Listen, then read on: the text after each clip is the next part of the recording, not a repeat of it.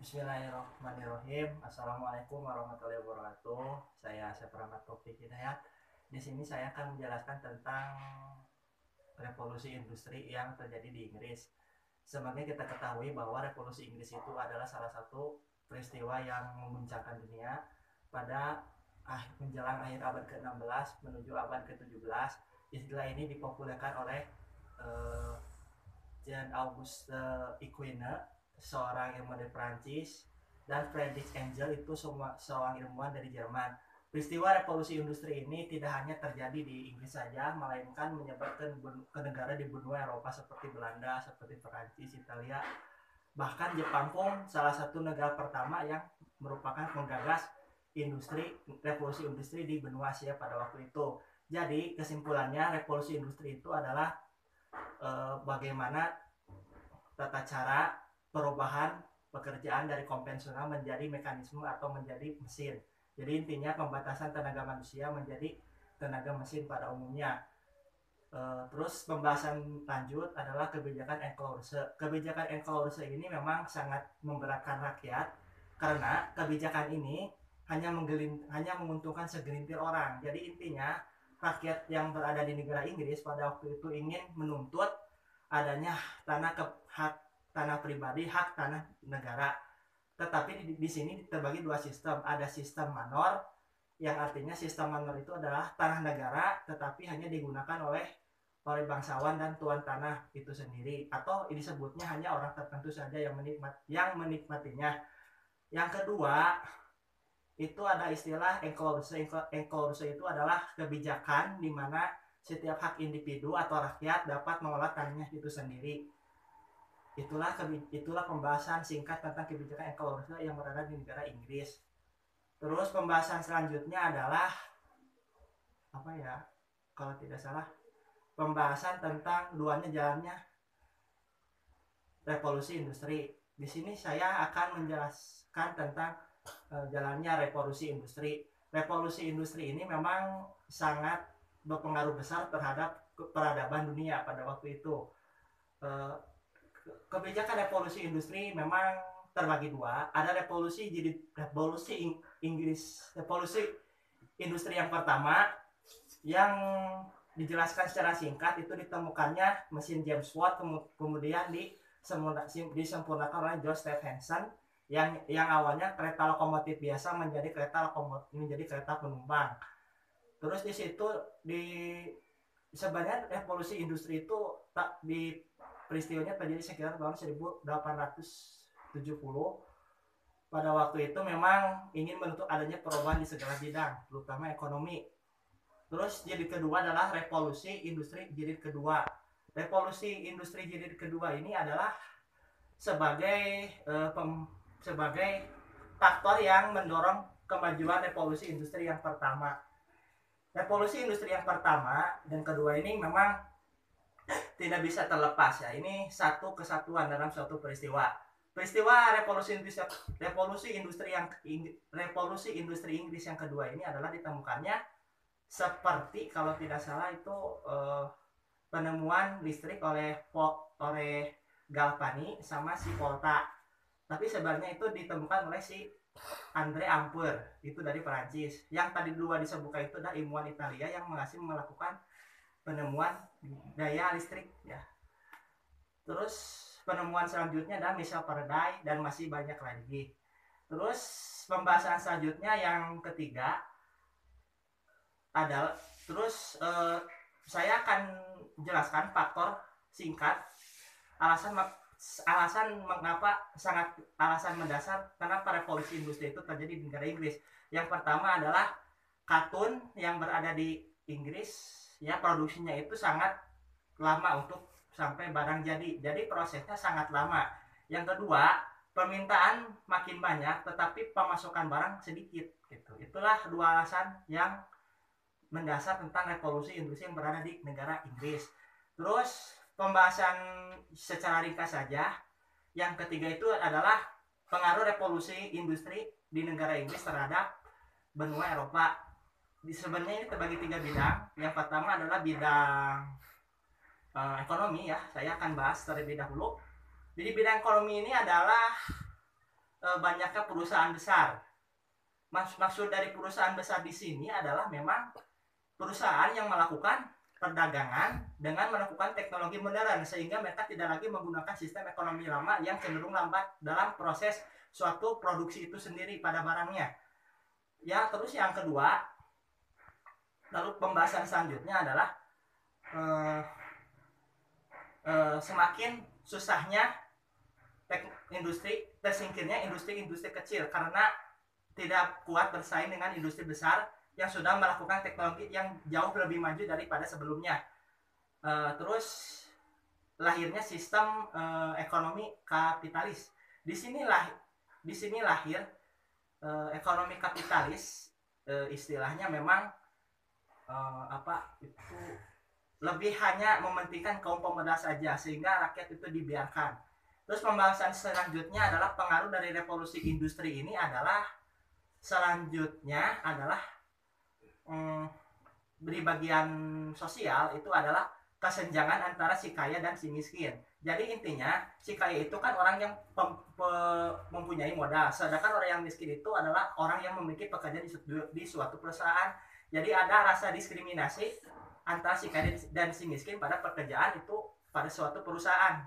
Terus pembahasan selanjutnya secara rinci atau singkat adalah yang saya diketahui itu selain itu pembahasan tentang pengaruh dari revolusi industri di bidang sosial adalah lahirnya paham sosialis. Lahirnya paham sosialis karena memang istilahnya itu lahir sebagai bentuk ketidakadilan yang dilakukan oleh kaum penguasa atau kaum orang-orang kaya. Terus faktor selanjutnya adalah lahirnya simbol individualisme. Lahirnya sifat individualisme ini dalam dampak dari pengaruh revolusi industri di negara Inggris ini, sifat keegoisnya yang sangat tinggi sehingga menjatuhkan rasa solidaritas di antara manusia itu sendiri gitu. Terus pembahasan selanjutnya tentang revolusi industri ini adalah yang saya sebutkan.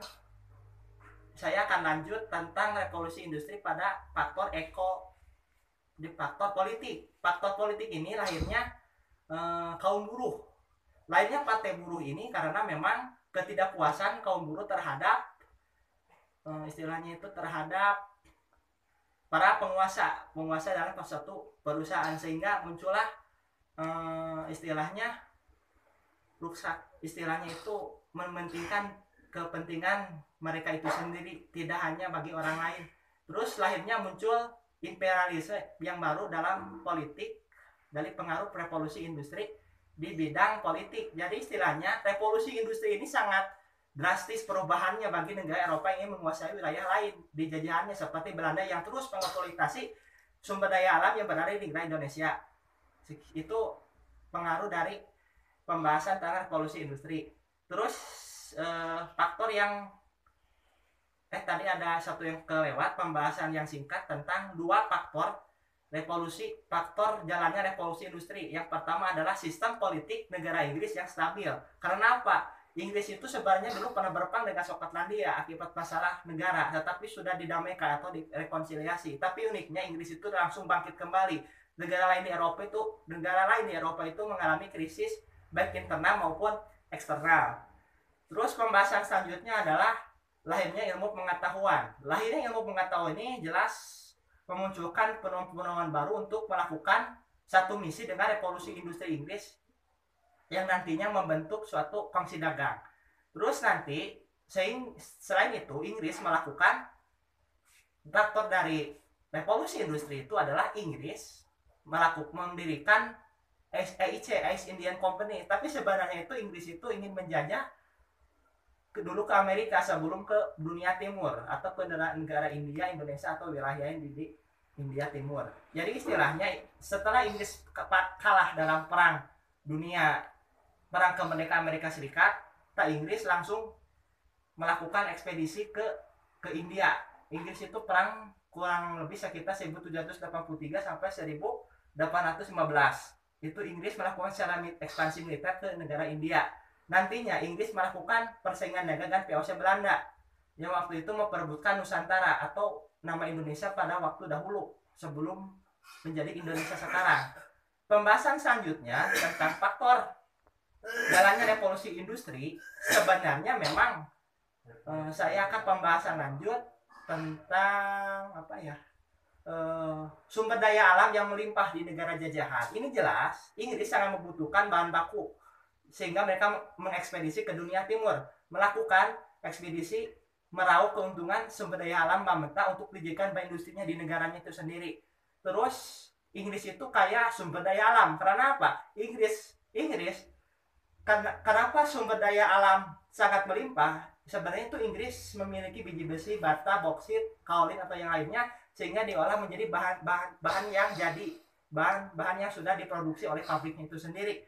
Terus lahirnya sistem urbanisasi, lahirnya sistem urbanisasi yang menyebabkan kebijakan enklausur ini yang memang rakyat tidak bisa mengelola tanahnya itu secara bebas, sehingga masyarakat dari pedesaan dari desa ke kota di Inggris itu sangat pesat peningkatannya sehingga pemerintah dapat memfasilitasinya itu sendiri. Terus pembahasan selanjutnya adalah selain itu Inggris selain itu adanya wewenang, adanya perlindungan hukum. Maksud perlindungan hukum di sini adalah di mana raja itu tidak bisa memegang kekuasaannya, hanya memungut pajak dari rakyat dengan persetujuan dari parlemen Inggris itu sendiri pada waktu itu, sehingga sistem perekonomian Inggris itu stabil pada waktu itu. Tapi sebenarnya negara Eropa itu sedang kacau, sedang terpuruknya. Terus faktor yang lain, lahirnya sistem ekonomi liberalisme. Lahirnya sistem ekonomi liberalisme ini sebenarnya sudah dicetuskan oleh Adam Smith. Istilahnya untuk melawan sistem merkantilisme. Merkantilisme itu adalah sistem ekonomi yang hanya mementingkan, yang hanya pemerintah campur tangan terhadap rakyat dalam ekonomi. Sehingga mereka melakukan sistem ekonomi liberal ini disebutnya hanya setiap orang individu itu berhak melakukan perdagangan dalam perekonomian suatu negara tanpa negara ikut campur tangan itu sendiri. Istilahnya nanti ada istilah swasta dalam suatu perusahaan itu yang dikenal di zaman modern ini. Terus pembahasan yang terakhir adalah yang keempat, itu adalah pengaruh revolusi industri terhadap sosial politik budaya di Indonesia pada waktu zaman dulu. Terus istilahnya itu saya akan membahas tidak panjang-panjang, ini hanya poin-poinnya saja. Itu lahirnya sistem teknologi modern. Revolusi industri Inggris ini sangat modern, sangat signifikan kemajuan Belanda melakukan revolusi industri yang melakukan meraup keuntungan sumber daya alam yang berada di negara Indonesia. Terus yang kedua adalah sistem politik terbuka. Sistem politik terbuka itu adalah di mana parlemen Belanda itu mengesahkan kaum liberal itu menang. Kalau tidak salah itu 1850. Yang lainnya undang-undang gula atau yang dikenal sebagai undang-undang agraria. Undang agraria itu memang Belanda melakukan pemberian perusahaan fungsi dagang mereka untuk meraup keuntungan sebanyak-banyaknya, dan sehingga rakyat Indonesia itu pada waktu itu sangat menderita akibat penjajahan pemerintah kolonial Belanda pada waktu itu. Terus lahirnya sistem liberalisme. Lahirnya sistem liberalisme ini di Inggris sangat berpengaruh besar bagi negara-negara Eropa untuk melakukan penjajahan ke seluruh negara yang melakukan ekspedisi ke dunia luar. Terus faktor selanjutnya adalah politik etis. Politik etis ini adalah politik yang merupakan balas budi Belanda terhadap Indonesia untuk suatu kemajuan bagi bangsanya nanti di masa akan mendatang. Di sini saya akan membahas tentang tiga teas politika yang dikeluarkan oleh Van de Penter, ialah Belanda melakukan pembangunan perairan dan irigasi dan sungai ke pertanian yang berada di Indonesia untuk melakukan kemakmuran bagi rakyat Indonesia. Yang kedua, dalam kebijakan politik etis yang dikeluarkan oleh Van de Penter, istilahnya itu yang kedua adalah melakukan perkebunan yang merata, yang adil bagi rakyat Indonesia pada waktu itu. Yang ketiga adalah melakukan pembangunan melakukan, maksud saya bukan pembangunan, itu pendidikan yang memang sangat penting waktu itu. Banyak orang Indonesia ketinggalan pendidikan dari negara lain, soalnya dijajah oleh Belanda. Tetapi kenyataannya ketika politik etis ini dijalankan jauh dari kenyataan, sehingga pendidikannya dijalankan oleh segelintir orang. Sawah, pengairan sawah kepada lahan pertanian ini hanya diperuntukkan hanya orang-orang Belanda saja, orang-orang segelintir elit lokal. Yang kedua, yang ketiga itu pembangunan yang tadi disebutkan dalam Trias Pandepenter ini hanya membutuhkan Belanda itu saja, itu secara ringkasnya. Pembahasan yang pamungkas tentang dampak dari pengaruh revolusi industri terhadap sosial, politik, budaya, ekonomi di Indonesia itu adalah melakukan eksploitasi besar-besaran. Tapi jadi sebenarnya revolusi industri ini sangat besar pengaruhnya di Belanda. Dulu memang Belanda punya wilayah yang sekarang itu disebut Belgia. Dulu namanya Belgia itu menambah Wallenpen kalau tidak salah. Itu kalau tidak salah sebelum 1830 wilayah itu menjadi pusat industri Belanda setelah negara Inggris. Tetapi sayang Belgia pada waktu itu ingin pisah dari Belanda karena mereka merasa tertekan gitu pada waktu itu. Terus kebijakannya lagi tentang eksploitasi sumber daya yang besar-besaran, ialah setahu saya itu adalah pembangunan kereta api dari Teluk Banyor ke Sawah Lunto yang sekarang menjadi museum perkeretaapian di Sumatera Barat gitu. Sekian, terima kasih pembahasan saya tentang revolusi industri dari awal sampai akhir, meskipun sedikit acak-acakan tetapi tetap nyambung dengan materi yang sudah ditentukan. Mohon maaf sebesar-besarnya atas penyampaian materi yang kurang berkenan. Wabillahi taufiq wal hidayah. Wassalamualaikum warahmatullahi wabarakatuh.